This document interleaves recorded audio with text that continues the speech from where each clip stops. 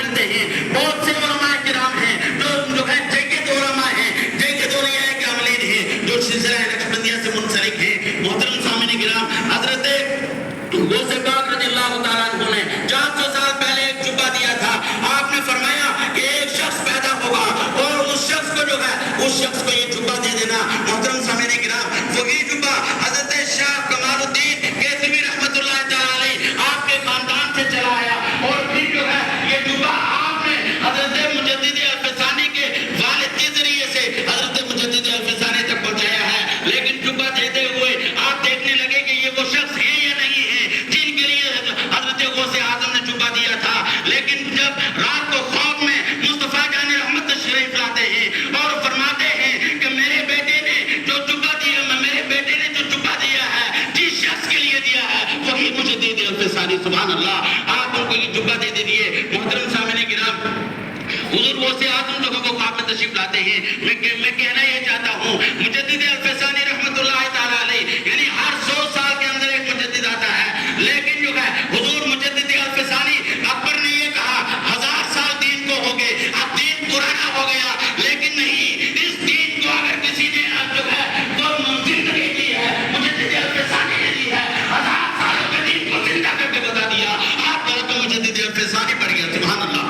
محترم سامعین کرام، یہ مجددین کے کارنامے ہیں، اور میں بات آپ سے یہ بھی عرض کر دوں، وقت کا غوث ہو، وقت کا قطب اور ولی ہو، وہ تمام مجدد وقت کے تحت ہوتے ہیں، ان کو جو بھی فیض ملتا ہے وہ مجدد وقت سے ملتا ہے۔ محترم سامعین کرام، مجدد الفسانی کے بعد جو ہے وہ حضور مجدد اعلیٰ حضرت امام محمد رضا فاضل بریلوی تشریف لاتے ہیں۔ آپ دیکھیے ان دو مجددین کے اندر، آپ دیکھیے کہ کتنا اشتراک ہے، ان کے نظریات کے اندر کتنا اشتراک ہے۔ محترم سامعین کرام، جس طریقے سے توحید کے اوپر حملہ ہوا، مجدد الفسانی نے ڈٹ کر مقابلہ کیا، دین الہی کو ختم کر دیا۔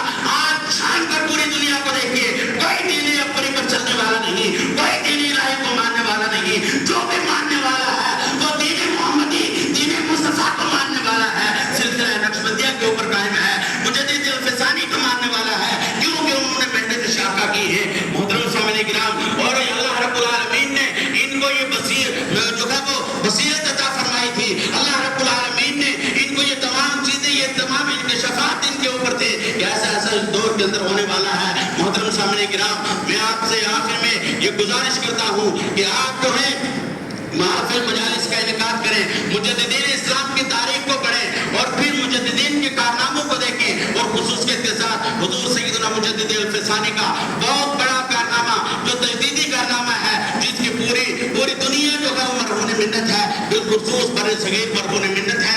اللہ رب العالمین جو ہے ہم سب کو کہنے سننے سے زیادہ عمل کار کی توفیق رفیق عطا فرمائے۔ مولا کریم حضور سیدنا مجدد الفسانی رحمۃ اللہ تعالیٰ علیہ کی فیض و برکات ہمیں عطا فرمائے۔